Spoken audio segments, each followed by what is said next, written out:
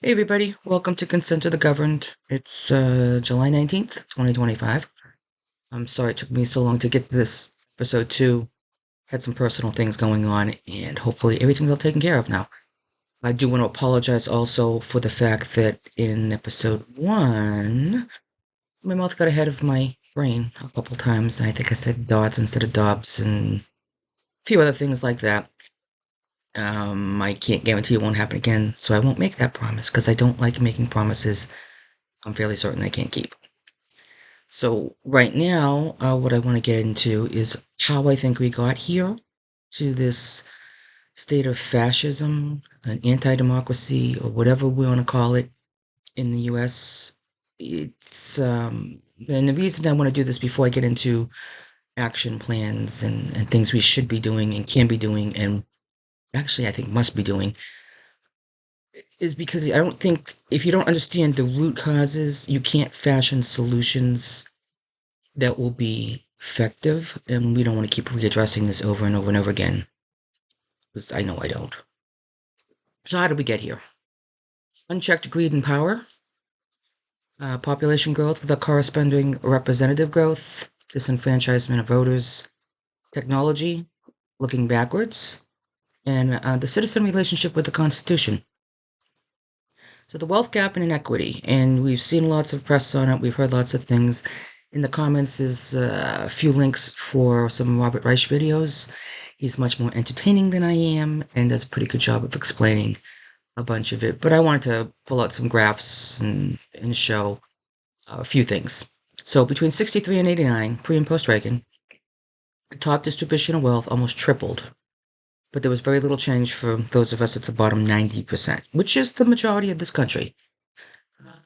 So trickle down economics, we've had 40 some years of it. It does not work. It has never worked. It will never work. So anyone who thinks that this trickle down economics is a good thing is, you need to really go and look at the numbers. The beginning of the century, the top percentiles increased to 5 times where they were 40 years prior. By 2022, which is only 3 years ago, they were 7 times higher. Instead of trickling down, like they kept promising, to lift the lower and middle classes, it only widened the inequities. Percentage of wealth held by the middle class, it continues to shrink while the wealth moves upward. All right, so basically the poor are getting poorer, the rich are getting richer, and the middle class is becoming poor. That's where we're at. So instead of wealth trickling down like they kept promising, the Republicans have been promising for 40 plus years, it has geysered up. Not just a little rise, not just a little bit of a flood. No, we're talking Old Faithful here. And that money is our money. That is money that we have put in that keeps going into their pockets. So in terms of the economy, more wealth at the top basically means just less money for us to spend. The last time we had this big of gap was just prior to the Great Depression. And my gut, I am not an expert in any way, shape, or form on the economy, but my gut tells me we're headed there. Uh, Between the tariffs, especially if they actually go into effect, we're going to start seeing that really start to hurt. I would say late fall, definitely by Christmas. We've lost billions of money, billions of dollars in money from immigrant workers from that are already here that were coming in for doctors and things like that. The Not just their taxes, but the generation of economy because they're not buying things. If they're not here or they're in detention or whatever, they're not buying food, they're not buying clothes, they're not spending money at a restaurant. None of that. We've also lost, I think it's $12 billion in tourism because of all the immigration policies. That's not good. Um, they just passed the budget reconciliation bill, which is going to make it even worse. The fact that our taxes aren't really going to be coming down because they're going to need them to pay for the deficit and the trillions of dollars they just added to it with that bill. But they're going to give us less services, which means the state's going to have to raise our taxes. Just not going to work. So, pretty much, we can expect the economy to tank soon. But if you look at where the numbers are, I mean, it shows pretty much we're going there. This Gilded Age is not going to help us. Now, having so much wealth at the top, and this is not just like because the rich, it's not that. It does not generate our economy to the degree that we need it to function as a society.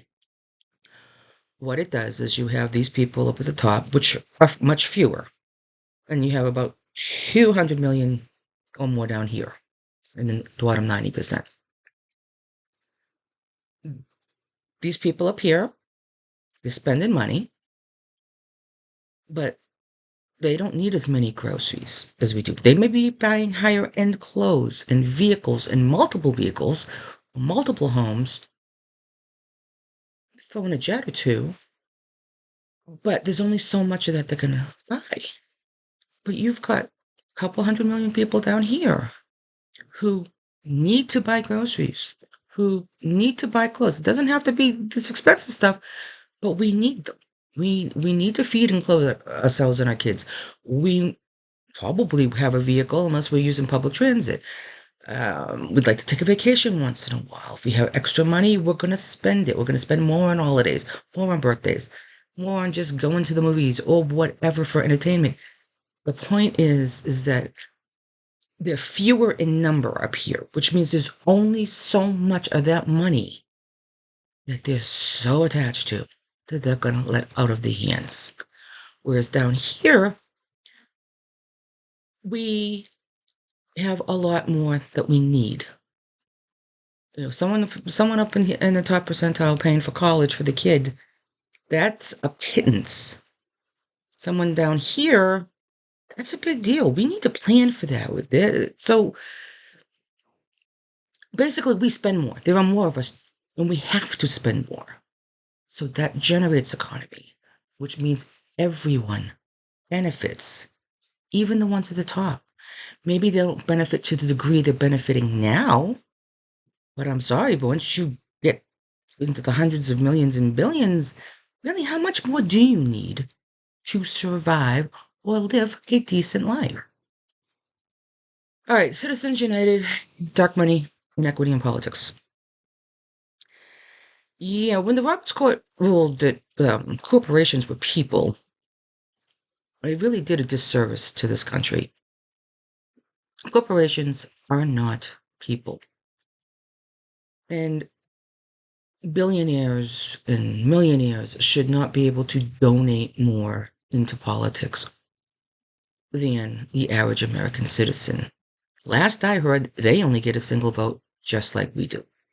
And corporations don't get a vote unless they're using their money to buy the vote. So we need to take care of this in a big way. And it might not mean overturning Citizenship. I actually have an idea of how we could do it. We just have to get enough people in Congress to actually do it. But corporations should not have more of a say of what the needs of the American public are, because they're not considering that. They're considering what is good for their bottom line, for their shareholders, whatever. They're not considering that, we actually want regulations that give us clean air, clean water. Union busting and union membership falling. This is actually bigger than you might think. Even if membership is not as great overall, and I'm talking a high percentage of, we don't need 75% union membership in the country for it to be a benefit. This started happening after 1981 when Reagan fired over 11,000 air traffic controllers. Since that time, there has been a concerted effort on the part of big business to union bust. And they've been fairly successful in a lot of instances, unfortunately. The thing is when union membership is high, all workers benefit, even if they're not in a company that has a union. If you've got company A, company B, same type of services, same type of whatever.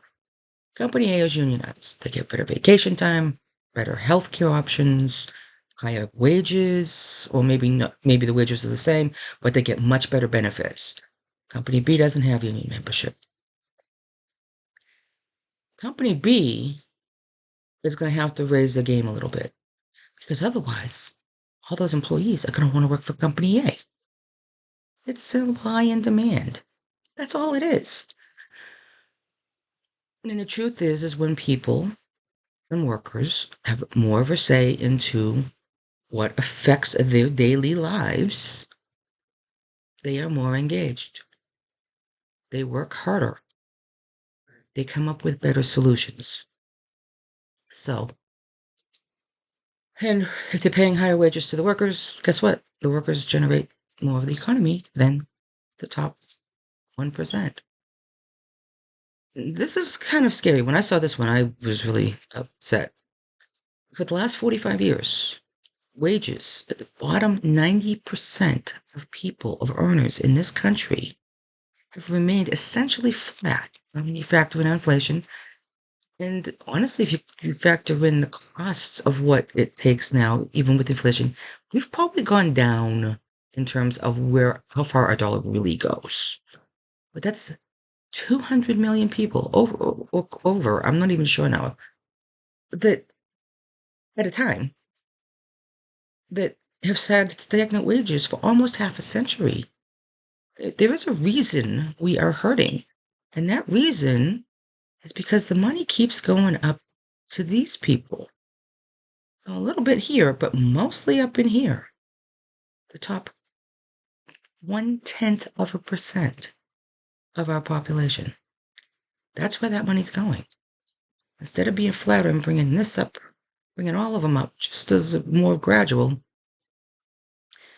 So, and before I continue on with this, the union busting, everything this regime has been doing is union busting. And I'm not talking about the workers necessarily. I'm talking about our union of states. I am talking about our union of communities, of neighborhoods. Everything they are doing, all the policies they are putting into place are to fracture, to keep us from uniting and working together. They want us fearful. That's what union and a lot of the union busters do. They want them to too fearful to organize, too fearful to. That's exactly everything that they're doing is to keep us separate and divided. So we can't let them do that. And I'll be honest, I mean, I probably said it before, but I'm very pro-union. And I'm not just pro-union worker. I'm pro-union United States. I'm pro-union NATO. Partisan Supreme Court. The Roberts Court, and especially the ruling that president enjoys absolute immunity in during their duties, really has hurt. It has hurt a lot because there was one of the main bases of our Constitution and our laws is that all are equal under the law, before the law, however you want to phrase it. But we are all equal when it comes to the law, and by setting one person, one position above the law. Well, now we're starting to see how dangerous it really is and how much damage it can be done just by that one person. The shadow docket that they have in the Supreme Court, that needs to go away. They're making decisions, and it's not necessarily on the merits of cases. It's not like they're firing all these workers from these government agencies, and then the Supreme Court is saying, yes, where you're doing it is good. You're within the law. They're not doing that.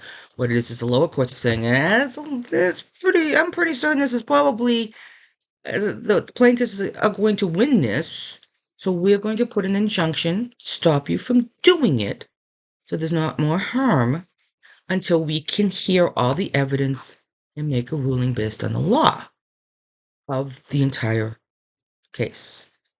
So what's happening is the Trump administration is sending stuff up to the Supreme Court in a hurry, saying, "Oh, please stop the stay, stop them, stop the injunction, please stay." That's what it is. Stay the injunction. I'm not an attorney. Basically, what it just says, okay, the injunction goes away. Keep doing what you're doing, but you still have to go through the lower courts to see whether you're doing is legal. And these decisions are coming down in a fashion with no signature, no explanation, no opinions written, no, we use this law when you apply it this way and that, and this is how we came to this decision. And that's dangerous because now the lower courts don't know why. What is the legal basis for the Supreme Court doing what it's doing? And the truth is there probably isn't a legal basis beyond the fact that they voted and said, yep, let them go ahead and let the damage happen before the lower courts have had a chance to review all the evidence and make, apply the law. Because once the lower courts do that, there's always the option of going and trying to get the case in front of the Supreme Court to say, hey, we think the lower courts messed up in the application of the law. And the Supreme Court at that point could say, well, maybe they did, maybe they didn't. But right now, they're letting them do the damage instead of protecting the law, as far as I am concerned. And I know I'm not the only one. I think there's been over 400 cases filed against the Trump administration since January, the end of January. That's, 6 months? 400 cases. That's pretty impressive. And overwhelmingly, in the lower courts, doesn't matter who appointed the judge, they're losing. They're getting injunctions, they're getting class actions, they're getting stop. We need to hear this, stop. The vast majority. But when it gets up to the Supreme Court, please let us keep doing it while the lower courts are doing their business, it's 77% of the time, this Supreme Court is saying, go ahead. All these lower court judges, whose only difference really from the Supreme Court is they're not on the Supreme Court, saying, hey, this doesn't look good. Supreme Court going, well, whatever. The Roberts, especially, and a few others in the court, are fans of the unitary executive theory, which gets explained as, well, CEOs can get things done faster because you don't have to deal with all the due process of how to get rid of people and, institute policy quicker and all these other things. It is just a fancy name for dictatorship. That's all it is. It's rebranding dictatorship to make it sound corporate. But that's what unitary executive theory is. And we don't need that because we're seeing the results of that, especially with someone who's incompetent. It's bad enough. Now you have someone who's incompetent doing it in charge? No. Okay, population growth without, excuse me, corresponding representative growth. So, I can't remember what year it was, but Congress stopped growing the House of Representatives with the growth of the overall population, which means that the House of Representatives is not necessarily representative of our population, the makeup, the diversity, the needs of our constituencies. So there is a space issue. I read an article, I can't remember which outlet it was, and when I get to that point in the potential solutions stage, I will find the link for that and post it.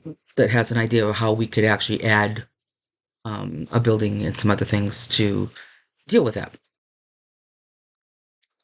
Here's the thing with if you have the population growth, and the best way to put it, I guess, would be 30 years ago, we'll say my district, the representative represented 500,000 people. And now they represent 800,000 people. Well, logically, it's more difficult to know what 800, another over 500,000, what they need. But even beyond that, and before that, it is very difficult to get in touch with a representative or a senator. And I'll go into that a little bit more, I think, in the next part. But we'll just say that it's physically impossible for any of them to meet with every constituent, even for 5 minutes, over the length of their term, and still have time to actually do their jobs. I mean, I don't even know, in some of these districts, I don't think they'd have time even if they didn't do their jobs. We have more people, we have more needs, we have more diversity. The makeup, the shift, not just of, we'll talk about immigrants, we're talking about how the technologies or the types of businesses, they may change based on the makeup. Maybe you have more small business, maybe you have more clean energy business, maybe you have whatever it is, but that makeup changes with the population and the innovations. So all of this leads to disenfranchisement of voters. I mean, if you can't get time with your representative, and we've all heard it, it doesn't matter, they're all corrupt, they're never going to change, nobody listens anyway. And a lot of that is actually correct, uh, but not completely. Part of it is us. We need to be changing things.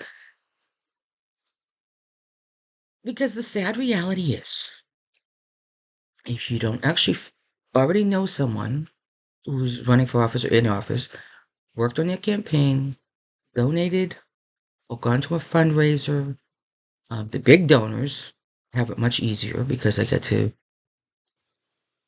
we'll say, command more face time.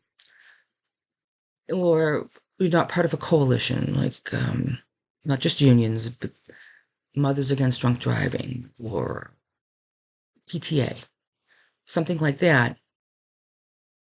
You're less likely to be able to get in touch with anybody if it's not an individual issue that can be worked by constituent services, which might be, I'm having trouble with the Social Security Administration because of this, the VA because of that, that's, directly impacting you through one of the agencies where they can kind of help funnel or expedite, break some log jams that might be holding up whatever it is that you need there. But if you just have an idea, or like say, hey, I've got some ideas on how we can actually fight this regime. I have some ideas on where the Democratic Party can go, or the Republican Party can go. Well, it's really, really, really, really difficult to get time for anyone to listen. I know this because I did this before I decided to start Princeton to the government. I was able, with my local representative, I got 15 minutes with the chief of staff. I didn't even get to a lot of this. I got to some of it. I tried getting in touch with national Democratic leadership because I just don't have the reach. I don't have the resources for some of the things I think we really do need. And I tried through other representatives in the state, out of state, senators, different states, national Democratic leadership. I've tried, I tried social media, I tried governors, anything just to get a couple minutes of time to really try and hammer this. And I eventually, after about a month, I was able to talk to a senator senior aide in a different state than where I live at this time. And great conversation. And a lot of what we discussed, I have been seeing among different people in Congress on the Democratic side who actually see the danger of where we are now. However, the biggest portion of what I think we need, or the biggest portions, would be volatile. I'm not seeing, which is why I started consent to the government. Because if this doesn't work out the way we need it to work out as a country, as a nation, as a people, I want to be able to say I did everything I possibly could to at least try. So that's where I'm at on all of this. Technology is another problem. It has been a problem. It doesn't have to stay a problem. The media. Our media consumption has changed significantly with the rise of the internet. And legacy media has been letting us down. They know many of the outlets are no longer calling a spade a spade. It's, oh, well, we need to do balanced reporting. No, balanced reporting means you show both sides. It doesn't mean you can't say, this side sucks. This side's lying. This side, man, maybe a little too idealistic, and maybe they should consider this. It does not mean you can't criticize. It does not mean you can't say, this is wrong. This is whatever. Um, there's too much deference being given to the administration. And that's part of the problem with all this wealth moving up, because it's this wealth, these people with all this wealth who own these outlets. And they're the ones who do all these big deals. Just look at CBS, Paramount, and Redstone. I mean, just look at Skydance, Sherry Redstone. Just look at all that. That's a perfect example. We have a lot of independent media starting to fill the gaps. If you know where to look and you know who to trust, it's telling you the truth. But part of the problem with the technology has been the reduction in lack of reasoned discourse in politics, especially in discussing our politics, even amongst ourselves, because it's all sound bites. How do I get the shares? How do I get the likes? How do I, make a splash, make people notice me? And that's caused a problem because people become more reactive in the moment. They're not taking that step back to think, to say, what is going on?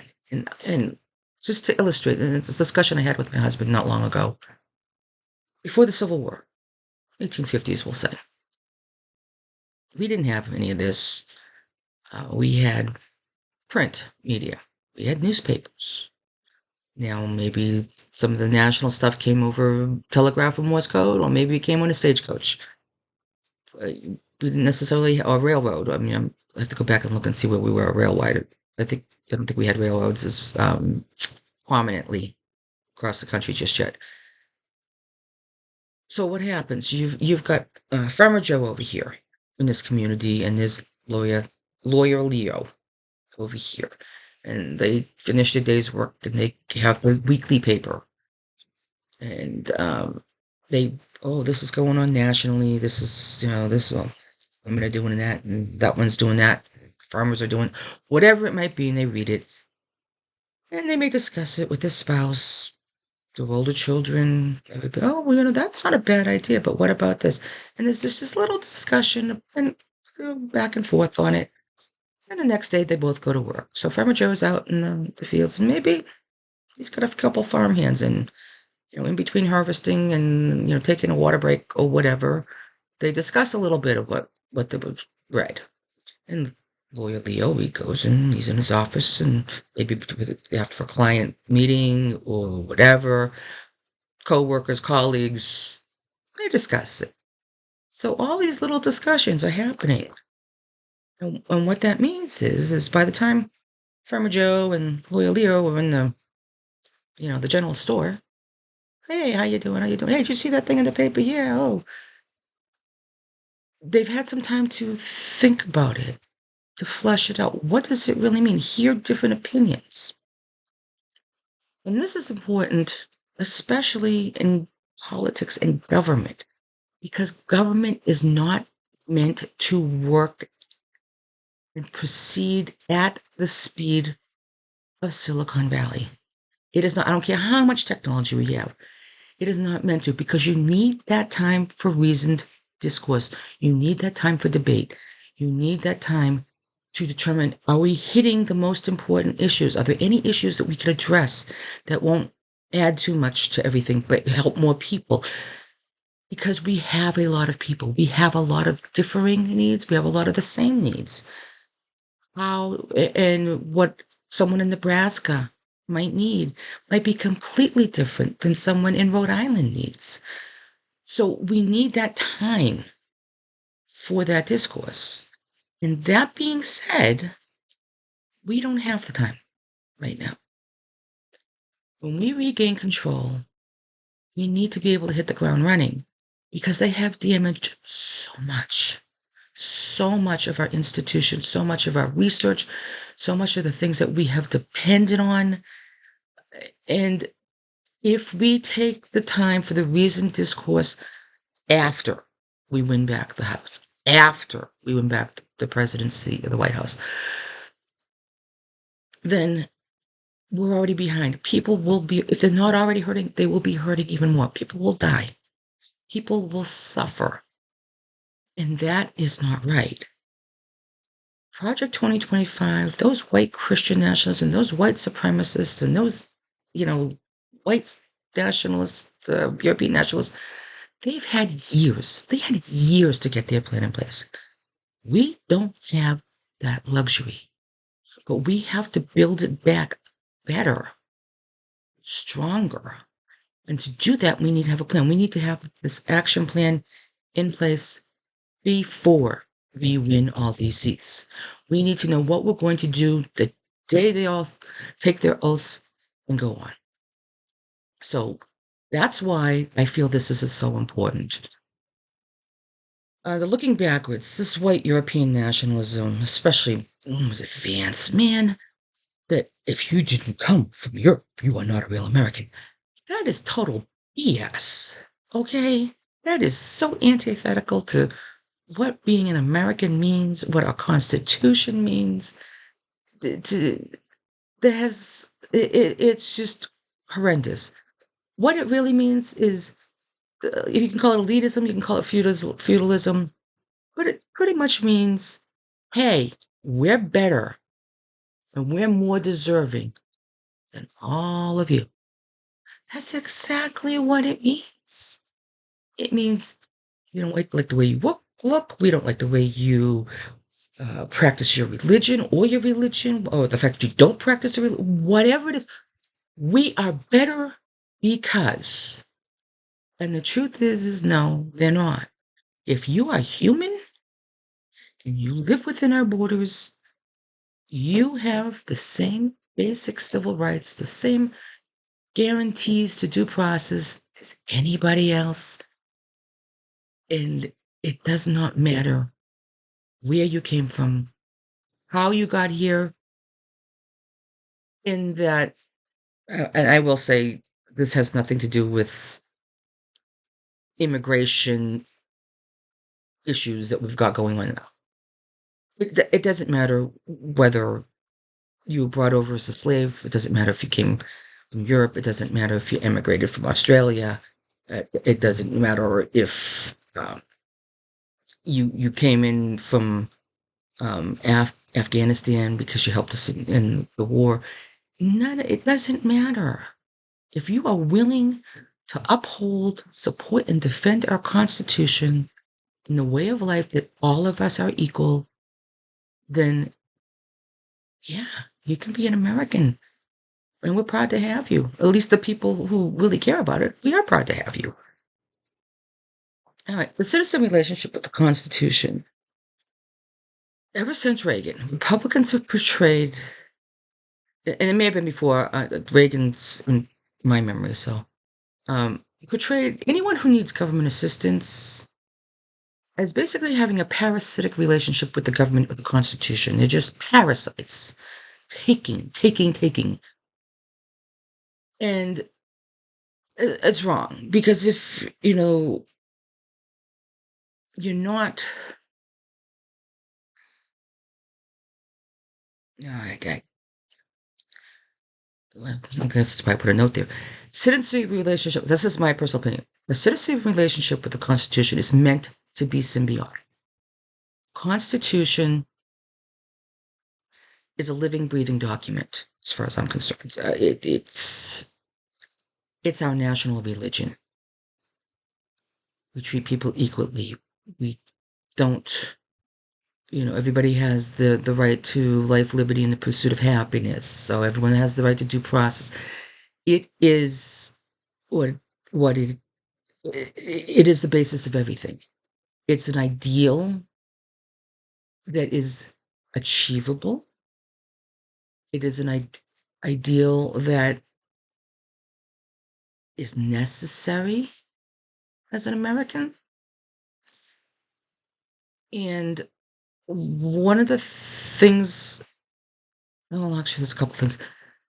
When you think about the framers, because a lot of this is, push it down to the states what the framers want. The framers didn't mean this. The framers didn't want us to give money, to Mississippi if they have a flood, or to, Florida if they have a hurricane, or any of that. The framers didn't. The framers are like the OGs of progressives. Think about this. The 1770s. And basically a lot of what they came up with was how they had grown away from England, but they were able to elucidate, they were able to put down their ideas for where and how we should treat each other in a fashion looking toward the future, not just in the moment, but in the future. They tried to set up a system with the three branches of government to ensure that something like this wouldn't happen with the tyranny, because they knew it was always a danger. And I'm sure they would be shocked to realize, because they probably didn't foresee that we would actually have all three branches of government complicit in wanting to tear down our government. So, but the thoughts that they put down and the way they expressed it and the way they framed it was actually very progressive for the time. And they wrote it in such a fashion, and I believe in the expectation that it would continue to live, breathe, and grow as the needs of the citizenry changed, by keeping the basic framework, but adding, sometimes amending, to what was actually needed to continue democracy in a fashion the world hadn't seen before. So, yeah, you can sit there and say, oh, we got to go back to the old ways. The original framers were progressives, in my opinion. The Declaration of Independence, all men are created equal. We have unalienable rights, life, liberty, and pursuit of happiness. And it's the government's duty to secure those rights. Think about that. To secure our rights to life, liberty, and the pursuit of happiness. If they want to be governed by us, that's what they need to do. And if they don't, then it is our job to institute, alter, or abolish it. That is what we need to be doing. So when you think about, it's the government's duty, it is their job to secure our rights as citizens to life, liberty, and the pursuit of happiness. To me, I interpret that clean air, clean water, clean land, uh, safe working conditions, safe living conditions, education for my child.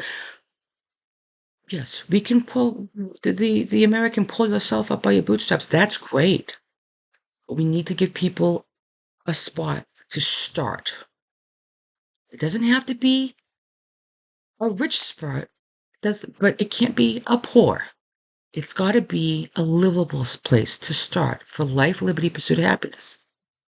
Because if you're too busy trying to get by, you cannot pursue happiness, correct? If you can't get medical care, you may lose your life. Or if you can't feed your children because you can't get a job because of a disability or whatever, you could lose your liberty because you might do something desperate like steal from a grocery store. So we need, as a nation, to make sure that our government gives us that level. Okay. And when I was talking about the union, a more perfect union, this is to form a more perfect union, establish justice, ensure domestic tranquility, which we do not have at this moment, provide for the common defense, well, I'm not so sure about that, and promote the general welfare. And I'm really having a problem today speaking. So all of that says the government should be doing more for the actual citizens. Where do I want to go from here? Next one is going to be, next video will be about why I think we need bigger government, not less. And I will elucidate reasons for that. However, I do believe it can be more efficient. And we have an opportunity here. They have broken it so badly that we can do something different. We can organize it differently. We can be more efficient. And I have lots of ideas there. Some of it needs discussion in a major way with others who have more experience with certain areas.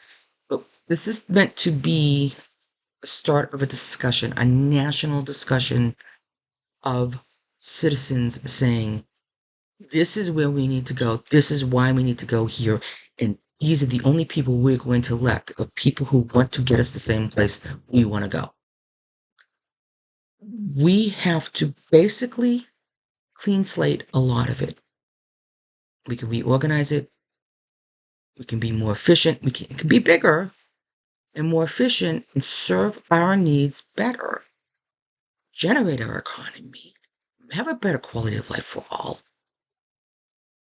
And address a lot of these issues that have come about because of all these reasons that I've listed. We have groups of people who don't feel heard, that don't feel their needs are being met. And they're not wrong. They're not wrong. They're not wrong to feel it.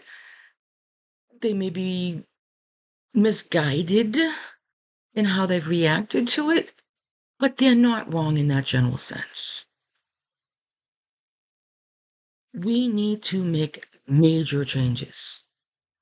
We will have an opportunity to do so, but unless we as citizens, users of the government, will say, stakeholders,